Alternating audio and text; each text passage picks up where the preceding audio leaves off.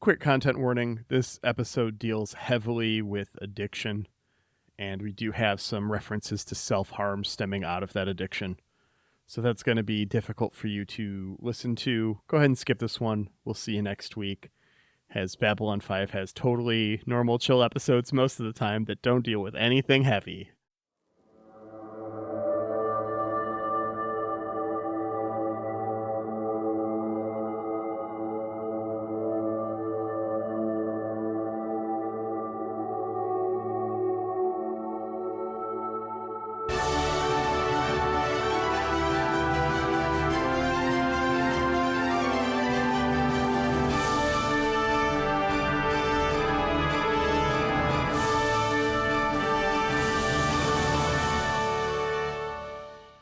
Hello and welcome to Who Are You? This is the Babylon 5 Watchcast, hosted by two former strangers, now friends, who have gotten to know each other while rewatching a favorite show from their childhood, Babylon 5. I'm Xhafer. And I'm Laura. We've got a rare midday record for us. I know. It feels so relaxed. It's chill. I like the vibe. Me Normally too. it's early in the morning so that we can go about our days, or we record later in the evening so that you have time to make sure your children are in bed. So this is, I don't know that we've ever recorded an episode at like 5 p.m. before. Yeah, it's very rare if we've done it. Yeah. Not complaining though. I'm feeling the energy is a little bit, my energy is, I'm not subdued. I'm not super awake. I'm kind of in the middle. It's nice. Mm-hmm. I don't know. Let us know, listener, your favorite time for us to record podcasts that we can ignore it and just do what works for our schedules like we have for the last several years. Yeah, exactly. Yeah. Until this is like a money-making endeavor, I am doing what works for me. 100%. Well, speaking of our schedule, we have one recasting left. As we're approaching the end of the series, we're going to have a lot of the last of these cold opens for Babylon 5 here. And so many of them are centric on the show that we're just going to lose them. And I mean, I'm sure like what we're doing today is recasting. We can bring recasting back on another show. And we'll probably do one for Crusade once we get used to those characters a little bit more. But this is our last recasting of Babylon 5. Yeah, I feel a little guilty about having waited so long to recast this character. Yeah, same. Unlike our next set of alignments, where I've called it the leftovers, I don't feel that way about this character at all. He's one of my favorite characters on the show. And we're recasting Veer today. Yeah. And Veer gets a little bit of a bump in this episode, I think. You know, he's clearly being positioned to be a prominent person in the final episodes of season 5. Mm-hmm. It's good to see. I mean, we know he's going to be emperor one day, so time to start buying into that. Yep. You want to go ahead and start us off? Sure. I have to start us off by repositioning my linear actor, actually. Yeah. So I had chosen Michael Cera for linear, and I don't think that I want Michael Cera to be linear anymore. I think he's more of a Veer. Like, I need somebody who has that young face, and I think you also need that for linear, yes. But Michael Cera's a little bit more of a bumbler, I think, than the new pick I have for linear. I think that linear should have some sort of a self-seriousness to himself, especially after we've been in this whole incel arc. So I think I would move Michael Cera off of linear. Right. And I'm showing my recency Dune bias here by putting Timothée Chalamet as linear. So we just got to go update the old spreadsheet. Yeah. Now, this does leave a gap here. So Timothée Chalamet for linear. And then Veer is Michael Cera. Okay. Yeah. I need somebody who's a little bit got some more comedy in him for Veer, you know. Yeah. Because I think even in this episode, he gives us some comedic moments. And we certainly know Michael Cera can do comedy, right? So I think Timothée Chalamet can pull off a little more self-serious, self-righteous, religious person. I'm excited for that recasting. What about you for Veer? I definitely want a comedian Mm-hmm. because I think it's a very funny role. I think it's a role where a lot of the comedy is not in the forefront. I want someone who can be very funny in the background without having to Mm, be the star, but sure. also has the chops for when you throw something at them, they can do a good job with it. And I need someone who can give us enough character growth over time, but still be lovable and kind of goofy. Mm-hmm. Sure. And I'm double checking to make sure I haven't. No, I have not used this person. Fantastic. I'm going to go with Jason Sudeikis. Oh, okay. Yeah. Most recently, Ted Lasso, Yes. which is Mm-hmm. a very, very funny show if you have not watched it, listener. But also just all kinds of really good and funny stuff over the years. Is Mm-hmm. definitely capable of making himself the butt of the joke without it being in a way that makes anyone uncomfortable, Yeah. which I think is an important quality for Veer. Mm-hmm. Yeah. He's definitely been the butt of a few jokes. But we love him because we can all identify with things he's felt and places he's been. Mm-hmm. And that's Yeah. the whole recast. We've done it Yeah. all now. Do we need to recap it? If we do, we need to definitely put in a pause here because we're missing a handful of names from our That's true. list. We could just recap our favorites, maybe. I'm real happy with Christopher Jackson as Sinclair still. I think that's really fun Mm-hmm. casting. Mm-hmm. I really liked your call for Kosh to bring back Bruce Boxleitner. I think that's delicious. I think the fans would love it. I think Vico Ortiz would make an excellent Delenn in one of your Mm, castings. yeah, I was really proud of that one. Yeah. Yeah. Who could forget Rowan Atkinson as Byron? I mean, that's just going to be great, great fun for somebody. Tig Notaro is a Garibaldi I might trust, unlike Hmm. Jerry Doyle. So here for that. Yeah, and I think I really want to see Tig Notaro dig into this arc, especially when we get to like this episode. I'm Yeah. curious. Yeah. Yeah, throw us your fan casts at our Discord, and we'll judge them as harshly as you've judged ours if you've made any comments in the past. Mostly that's just at Ben. Um, Yeah. Our Discord has been a very friendly place. yeah, Disagreements are handled very cordially.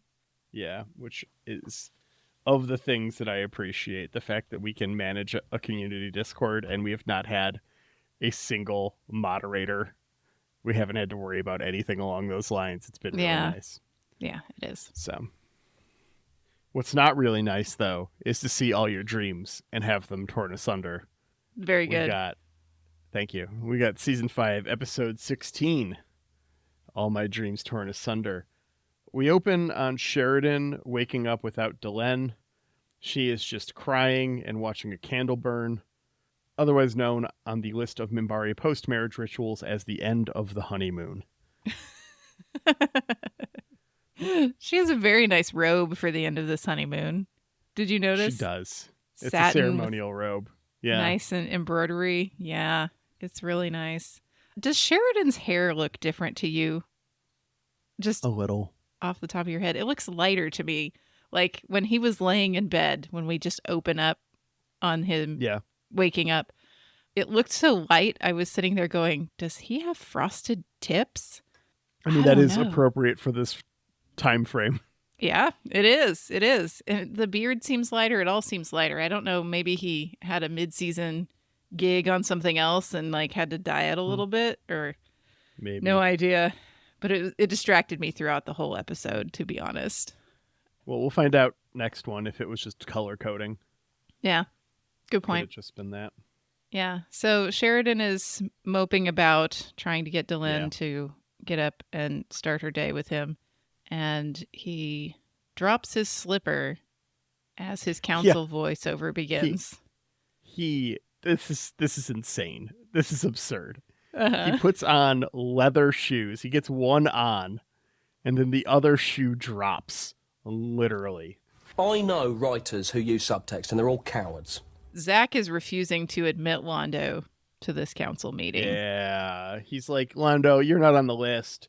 Londo tries to slip him a 20. Zach's insulted. Londo leaves. It's a whole thing. Yeah. Not before Veer, like, gets a little ethics shot in at Zach about, like, Yeah. you know, how could our mere presence here possibly make things worse than they're definitely going to be in there? Mm-hmm. You'd think that you would want us around for this bit, right? We would like to be around for it. Yeah, this and is where to be perfectly honest, I agree. Yeah, this is where I started to wonder, like, I don't know, I don't know a lot about politics, obviously. Like, here we are on this podcast. Yeah. But I feel like in real life, at least us humans, would probably have some discussions with Londo before this. Yeah. Right? I would Okay. think that you would, at the very least, Sheridan and Delenn would sit, maybe not G'Kar, maybe pointedly not G'Kar, but you sit down with Londo and be like, hey, look, we don't think this is you. We think that, you know, we're not trying to imply you were involved in this in any way. But here is all of this evidence we have, and we're going to the council with it tomorrow because these are our findings in the thing, and they need to see it all. And fucking surprising him, especially when they get him at the end with the linear shit, was just like, that is unfucking called for. Now I understand they've been not telling him up to this point because they don't want him to get killed. They're worried that the Centauri government's gonna kill him. But at this point, it's like, it's done, dude. Like, yeah, it's too late. Londo, you need to come apply for asylum. Your government's doing a bunch of shit without you. Yeah, it seems like a weird choice. And speaking of subtext, as Delenn and Sheridan are revealing this whole treachery to the Alliance, we cut back to Delenn's quarters where she has irresponsibly left some candles burning, and one of them dramatically burns out to theme. We get back, and Delenn and Sheridan are telling the League that they'll scrap with the Centauri if that's what they want. Starts off, boys. You looking for a Tilly, buddy? Let's have a Donnybrook! Franklin delivers his findings to Londo before he takes them to the council, letting everyone know the medical evidence that Centauri ships conducted these attacks based off the color of the pew-pews. Yeah. He gives us a big, long science speech that I was like, wow, look at all this physics that he apparently knows as well. Right. He at least does a good job of tying it back into why he's giving this evidence, because at first it's just like, why the fuck is he talking about this? It should be like Corwin be here, maybe. He just has a lot of ground to lay. Yeah. Garibaldi then does the same, going over tactics used, his being ambushed by the royal guards on the Drazi homeworld, Londo leaking the information. And then they note that there's only been one attack against a Centauri ship. It was a freighter that was supposed to be retired soon, and there was no cargo on it. Yeah, and maybe no people. How is that not come up? Yeah, that could have been laid a little bit earlier. I don't think it was, unless we just missed it. Yeah. I feel like I would have remembered that. Yeah. We cut to Londo's quarters. Yeah. Well, yeah, I came up with a thing, and I came up with it way too late for us, unfortunately. Okay. But why haven't we been calling it Londo's Condo? Fuck. Right? It's right there. It's right fucking there. I thought of that today, and I was so mad. I'm like, I could have been using this for 5 fucking seasons of podcast. Could have been calling it Londo's Condo. Yeah. God damn it. It's right there. I know. Oh, well, we'll hop on these things and be BSG, right? Yeah, well, hopefully we'll come up with something better soon. Anyways, yeah, G'Kar shows up, and he isn't testifying, and he wants Londo to know that he's not testifying. Yeah, this is very generous of him, I think. Yeah, there's no point to it. And we already know that he plans on remaining Londo's bodyguard. At this point, he would know these things, so I think he's doing it to just kind of make that easier on himself. And And he does admit, like, he doesn't really have, he doesn't have too much to add here. He knows a couple of things, but Hmm. they're about Londo's character, and they're not talking about Londo's character. They're about the Centauri. Yeah, and the things that he knows from being on Centauri Prime are very circumstantial, very subjective, right? He talks about, Yeah. Londo, you knew the vibes were off. Like, you could feel it Mm-hmm. when we were there, and I know you could feel it. And you know that I know. So, like, Mm-hmm. maybe something's really wrong, but you can't really admit that as evidence that the vibes were off. Yeah. Londo makes his statements in the council chambers. He rips up the evidence as it snows down upon him. Londo refutes all of these charges. They've sold plenty of weapons to plenty of people. There's shit left over from their war with the Narn everywhere. Mm-hmm. And this is when Lanier steps in and plays the video that he took. And Londo's stunned. He needs to call home. And Sheridan tells him that when he's calling home to let them know that they're also going to be blockaded. As you know, our blockade is perfectly legal. Yeah. I just want to point out the audacity that Londo has in his, this is all ridiculous speech. G'Kar just came and was like a real bro to him. And he even points out that, well, maybe the Narn did it. Like, we left lots of ships on Narn. It could be them. That was kind of a dick move, my friend. Oh, well. The reveal is clearly set up as like maximum drama, right? But it doesn't make a lot of sense. Yeah. The Centauri government gets a hold of Londo finally. They say it's all the Narns. They faked out the attacks by strapping chunks of destroyed ships to their own operable ships. Yeah, sure. Okay. The entire incident Lanier witnessed was done solely to deceive him. Mm-hmm. Yeah, he's a good, trustworthy person, and we all know that. So we'll leave him out of the accusation here. But it was definitely the Narn. Definitely the fucking Narn. The Regent sends along a prepared statement for Londo. Mm-hmm. The Centauri withdraw from the alliance. They will not be allowing a blockade, and they will escalate with violence if prompted. Yeah, Londo declares his intent to flounce. He's out of here. And Sheridan tells him he can never come back to Babylon 5 if he leaves now, basically. Yep. Makes me feel bad feelings for how many episodes we have left. Yeah, there's a few. Mm-hmm. But he's going to be... I think he knows he's going to be needed on Centauri Prime sooner rather than later anyways. Yeah. He has Veer get him transport to Centauri Prime, but specifically leaves Veer behind on Babylon 5. Mm-hmm. Yeah, Veer's going to have the hard work of reconciliation after whatever happens. Yeah. I mean, if there's anyone who's up to it, I think it is Veer at this point. Yeah. Delenn goes to see G'Kar at his request. He tells her that he's going to be going with Londo. He understands that Londo is the best bet for actually achieving peace with the Centauri. Mm-hmm. Which sucks, but it is what it is, and he's come to terms with it. So he has to make sure Londo lives. And then Delenn and G'Kar have a really nice goodbye. Mm-hmm. They do. And the unspoken thing here is if Londo's not coming back, is G'Kar coming back? True. Yeah. G'Kar gives her the rest of the book. Yeah. Make sure that this gets out just in case I don't. Yeah. We know that last time he went to Centauri Prime, the book accidentally got out because everyone just assumed he was dead. And now he's leaving it with Delenn for real in case he dies. Yeah. Sheridan is looking for Garibaldi after this, so he gets Zach to go get him. And Garibaldi is fucked up, and Zach knows immediately. Yeah, the oranges is a nice touch. Yeah. Garibaldi is just a fucking asshole here. Mm-hmm. He is being the absolute shittiest person to Zach that he can be. Yeah, I think this is very real, though, isn't it?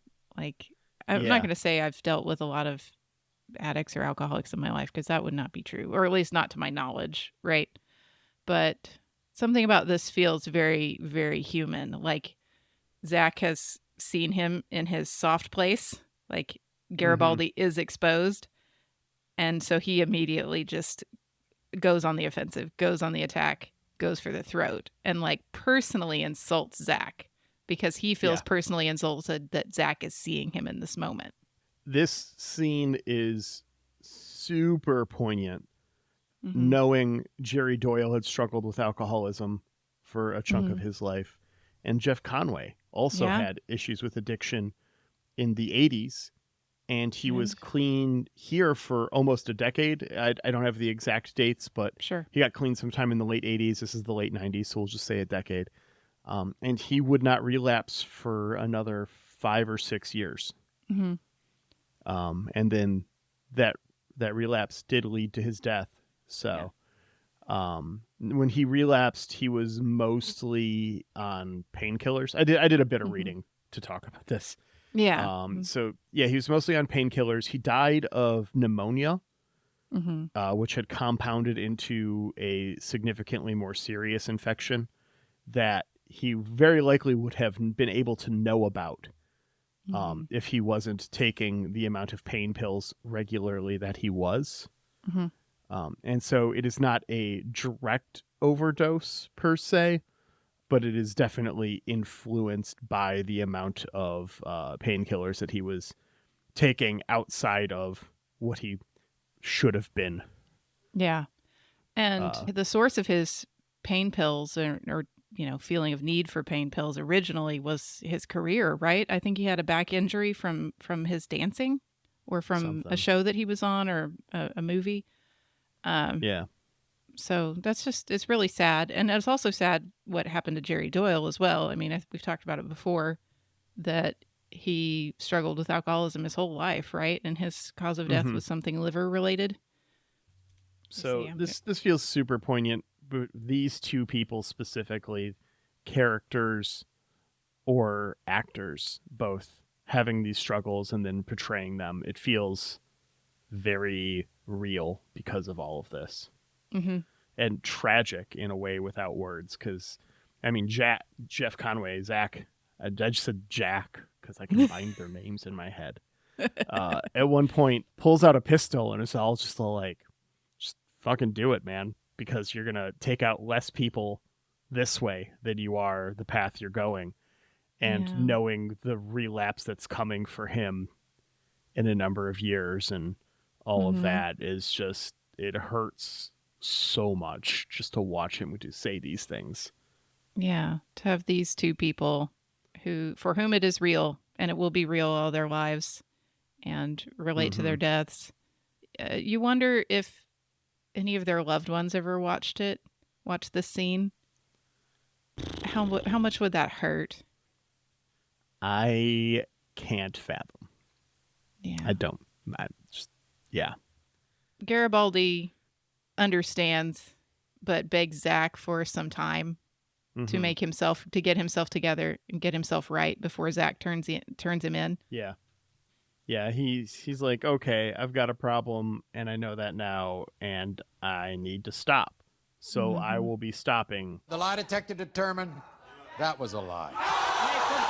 Yeah, he should have taken Franklin's offer several episodes Yeah. ago. That was the Yes. time.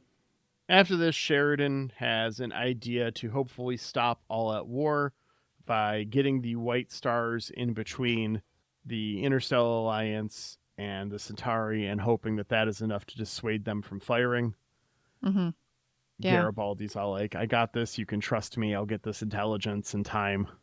Mm-hmm. So this is an insane plan, though, right? Like, Oh, for sure. yeah. This is insane. Yeah. This is so ill-advised. I'm not necessarily talking about like, oh, we want to try to get our fighters in between the other two parties. Like, I get that, but that's the ideal situation, right? It is crazy to have one man expected to monitor these channels 24 hours a day. This is bad government. This is my like soapbox here about we have a bad government for the Alliance, right? Yeah. Yeah, Our president. they need more budget and to have a team of people and a department Uh-huh. of Yeah. highly skilled people rather than letting one guy do everything. Yeah, our president and our head of our military are like married, and we have one guy we expect to just be like sitting by the phone 24/7, 365. Like, this is insane. This is bad government. Yeah. We need budget for the alliance. And on top of it, that dude is Bezos rich. Yeah. Yeah. Yeah, this is insane. It's absurd. Completely. We see Londo and G'Kar on Centauri Prime when a bunch of Centauri ships fly overhead, and Londo's all like, "Oh man, they're posturing. This is kind of scary." And G'Kar's just like, "Bitch." Yeah, it kind of reminds me of the shadow ship scene, where the shadows are overhead. It's meant to invoke that, yeah. For Oh, sure. yes. That's on purpose. Mm-hmm. Yeah, it's like that same angle and everything. Yeah, and the same look on Londo's face, and G'Kar is just like, "This is a Tuesday, my friend." Like, you'll get used to it. Don't worry. Yeah. This minister is still on his high horse shit, trying to put down our boy G'Kar. Yeah. Minister Boomer here is just done with this shit. I know it's a different one. Not all Centauri look alike, but he could also be Minister Boomer. All right. Yeah, definitely. He's just like, yeah, if we see G'Kar wandering around without you, we're just gonna kill him. Just no, because we're at war with the Narn always. Doesn't even matter. So yeah. And then Londo's like, so you're gonna get me an audience with the Regent, right? Like, I need that. Like, I need to talk to him. And he's all like, yeah, I mean, whenever. And then Londo's just kind of like, yeah, but like, you'd know if something was going on, right? Because like, I would know if something was going on, and I don't know if something's going on. So you would know. You would tell me, right? Like, if something was going on, you would tell me you knew the thing. Yeah, you would say something. Yeah, of course you would say something. We're boys. Yeah, we go back. Yeah, you just say something. Just a little here or there. That's all I'm saying is I don't need a lot. I just need a little bit. If you know something, you say something. You say something. You know something. Just let me know. You just wouldn't keep it secret from me. Like, you'd say something, right? It just keeps going, and you just know that at this point you'd say something. That's all I'm saying, right? And after Londo does that for about 4 minutes, the minister's just like, yeah, you should probably go to bed now. Yeah. You need to go freshen up. You're pretty ripe, my friend. Yeah. G'Kar, I've cultivated this musk. I've been growing this musk specially for several days just to be on Centauri Prime.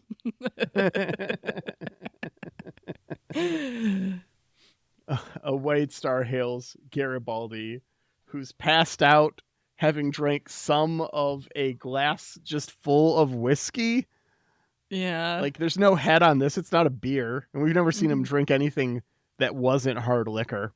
True. So yeah. I got to imagine this is just a glass of whiskey as the camera pans down so we see him consumed by the alcohol. And they're all cowards. White Star 43 can hear that there is no one listening because he is asleep drunk because they're really annoyed.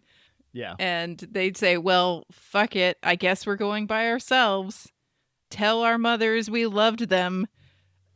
Leroy Jenkins. They just go right into that shit. Mm-hmm. And we see them pop out of hyperspace as the Drazi and Centauri open fire on each other. Yeah. Poor Zach is left to go deliver this news to Sheridan and Delenn, who apparently are allowed to sleep, unlike Mr. Garibaldi. There are advantages to being the president. Hail to the king, baby. Sure, yeah. And I his get wife. to delegate, and no one else does, because we're not hiring a single other person for this government. Well, I do believe that Garibaldi is the kind of person who would be like, I can't trust anyone enough to delegate this, and then fuck For it up. sure. Yeah. But it's even Franklin is like, oh, well, if I go do this Earth job, then I'll have a staff to help me do the ISA job. Yeah. A couple episodes ago. Like, they're clearly just so against any kind of government presence, employees whatsoever, that, just can't have any more of that government. No more big government. Everyone gets told what up but Londo because Veer can't reach him. Franklin comes to get Veer instead of a fucking ranger. Yeah. Because Well, we're they're trying to worried keep about this on the Veer getting DL. jumped. Yeah. Right? Yeah, we're trying to keep this on the DL, so maybe not the guy with the cape on, but, Doctor, when was the last time you went to kickboxing class? We need to know. He does well here. He He does. He does. clearly picked up some stuff from Marcus Yeah. on their trips to Mars. So they get accosted by a bunch of Brakiri in the hallway. I really liked Franklin's fake out here, where he goes in to kind of give the Brakiri maybe some secrets, and then uses that opportunity to just wham him right in the face. It's very good. Yeah. Classic Marcus move, I feel. Yeah, that's definitely. Oh, from you wanted Marcus. this secret? Come here, I'll tell you. Huzzah. Look in the end, Yeah, someone get this man a Denbach. Mm-hmm. At the council chambers, the ISA is demanding the backup that they were promised, as a scene that would make Kevin Dunn proud takes place, with Sheridan yelling at everybody. He loses his fucking shit, right? Yep. And This it's is just very real. super fast cut. Every line of dialogue is shown from a different camera angle as he's screaming. Mm-hmm. Yep. Yeah. I feel this. I have felt this way that Sheridan feels in this moment. It's very real for me. Yeah, he is just yelling at everyone, regardless. You want a war, you've got a war. Although I do admit, I thought he said, you want a war, you've done a war. I had to rewind it 4 times to make sure that I understood what he was actually saying. Yeah. They've all done a war. Sure, yeah. Yeah, you've all done a war. None of you are innocents. Yeah, on Centauri Prime, we get the minister again. Yep. He brings in a whole posse to let Londo know that they're now at war with the Alliance. Yeah. They have come to arrest G'Kar because G'Kar is still an Alliance observer in their midst. Yeah. And Londo refuses, which hilariously winds him up in a cell with G'Kar. Yeah, this is so good. This is the best cut, maybe, of this entire show. Yeah, very, very good. And then him watching the Centauri ships up through the bars of their cell window. Chef's kiss. Love it. It's so good. This whole scene is so good. Back at Delen's quarters, she's praying. John joins her, and he's asking questions about the candle and its symbology. And she gets very samurai about it as we go to credits.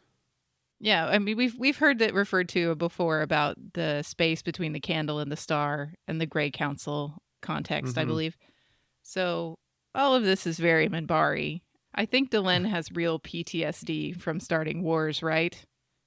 Oh, yeah. She's got some major, major guilt about surviving that last one with the humans and the Minbari. Yeah.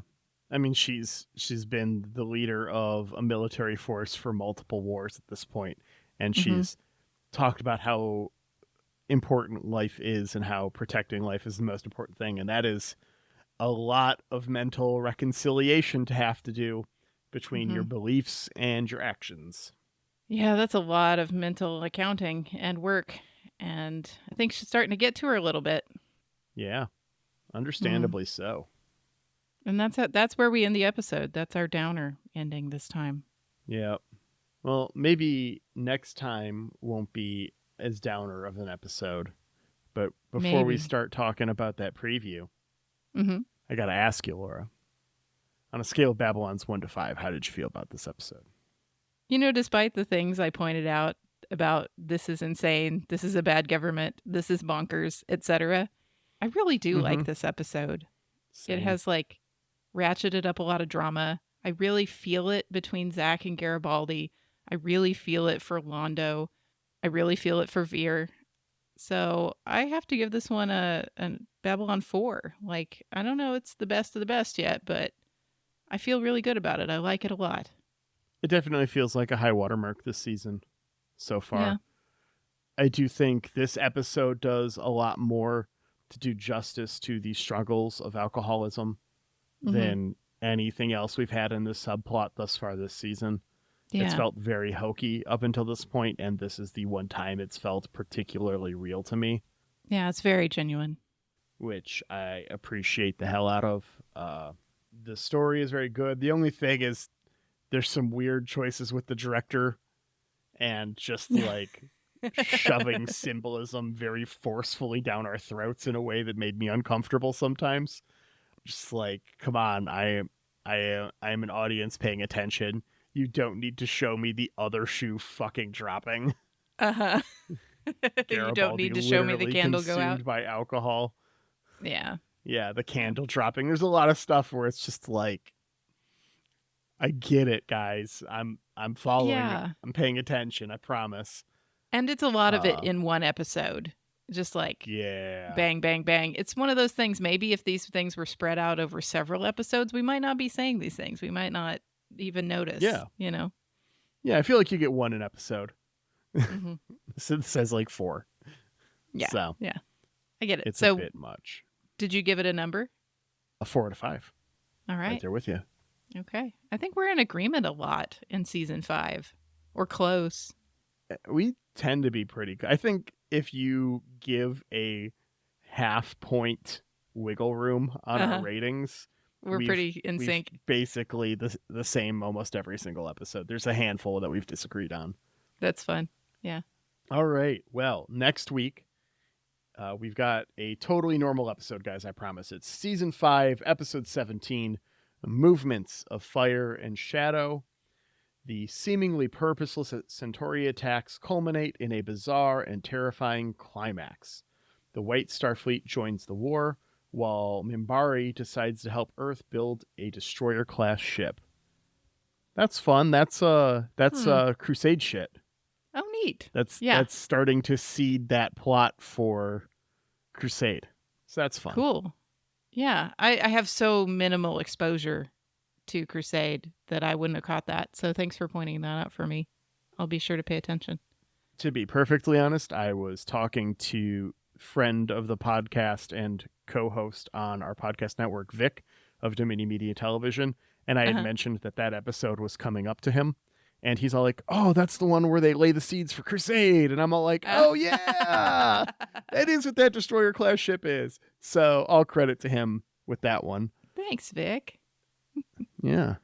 Just like we have to give all credit to Jeremy Siegel for our lovely theme music. Thanks, Jeremy. We really appreciate you doing the theme music for us. It means a lot. You can find more of Jeremy's work at jeremysiegel42.bandcamp.com or on streaming services as Nuclear Jaguar. And then there's also, I don't know if any of his other bands, he's in a couple of bands right now. He's doing a lot of music. It's very cool. And I don't know where you can find those things, but I'm going to make a point of finding out. Yeah. We'll get a whole list of names. Yeah. Thanks also to Angry Duck Time Machine on Instagram for our podcast artwork. Mm-hmm. Thank you, Aaron, for editing our podcast and making us sound coherent. We really appreciate it. Mm-hmm. Especially after today. Yeah. This midday record. Who knows? And thanks to you, the listener, for being here with us while all our dreams were torn asunder. We really appreciate it. We would love to hear more from you if you want to come over to the Discord or you want to reach out to us at whoareyoub5@gmail.com. We'd love to hear your thoughts, especially on the end of season 5. Need those season 5 thoughts for our season recap. That's going to be coming out as of this airing in several weeks, but as of recording, less weeks. So yeah, get those in. Yeah, please do. This might be the last chance. Maybe one more. All right, well, we'll see you next week, Internet. Bye.